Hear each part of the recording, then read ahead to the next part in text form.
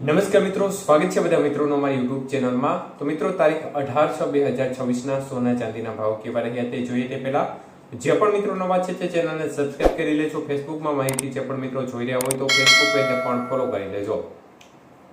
તો સૌપ્રથમ આજે ચાંદીના ભાવ જોઈએ તો 1 ગ્રામ ચાંદીનો ભાવ આજે 265 રૂપિયા, 8 ગ્રામ ચાંદીનો ભાવ આજે 2120 રૂપિયા, 10 ગ્રામ ચાંદી 2650 રૂપિયા, 100 ગ્રામ ચાંદી 26500 રૂપિયા અને કિલો ચાંદી 2,65,000 રૂપિયા સુધીના ભાવ રહ્યા હતા।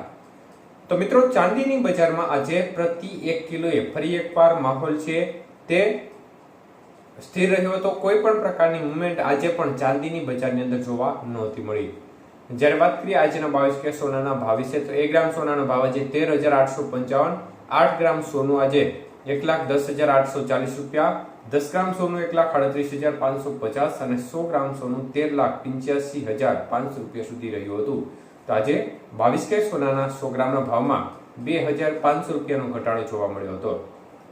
જ્યારે આજના 24 કે સોનાના ભાવ જોઈએ તો 1 ગ્રામનો ભાવ આજે 15,115 રૂપિયા, 8 ગ્રામ સોનાનો ભાવ આજે 1,20,920 રૂપિયા, 10 ગ્રામ સોનું 1,51,150 રૂપિયા અને 100 ગ્રામ સોનું 15,11,500 રૂપિયા સુધી રહ્યું હતું।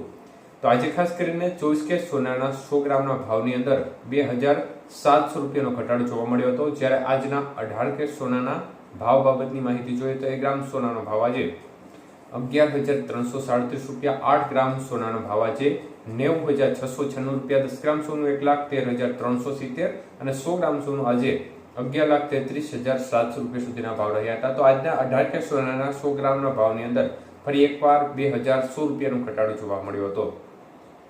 તો મિત્રો, બજારનું વલણ આજે પણ મોસ્ટલી ઘટાડા તરફી જોવા મળી રહ્યું છે। જો કે વૈશ્વિક પરિસ્થિતિઓમાં અત્યારે માહોલ જોવા જઈએ તો ઈરાન અને અમેરિકા વચ્ચે જે પરિસ્થિતિઓ છે, જે યુદ્ધની પરિસ્થિતિઓ હતી તેમાં બંને દેશો વચ્ચે સંધિ થતા હવે યુદ્ધની પરિસ્થિતિ એકંદરે થાળે પડતા બજારમાં આજે પણ થોડી નરમાઈનો માહોલ જોવા મળ્યો હતો અને બજાર છે તે ઘટાડા તરફી ચોક્કસપણે જોવા મળી હતી।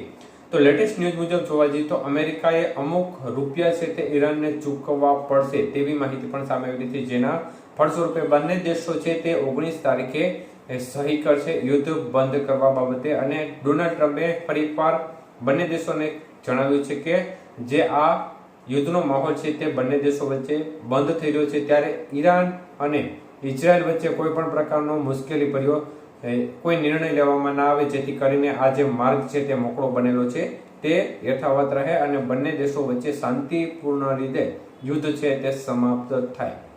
તો મિત્રો, આગામી સમયમાં યુદ્ધની પરિસ્થિતિઓ હવે ઈરાન અને ઇઝરાયલ વચ્ચે કેવી રહેશે તેમજ રશિયા યુક્રેન વચ્ચેની પરિસ્થિતિ આગામી સમયમાં કેવી બનશે તે પણ આગામી સમયમાં માર્કેટ ઉપર જોવા મળશે। પરંતુ અત્યારે વૈશ્વિક જે બેંકો છે તેના જે ડેટા આવી રહ્યા છે તેના ઉપર પણ બજારનું એક પ્રકારે થોડી હલચલ જોવા મળી શકે છે।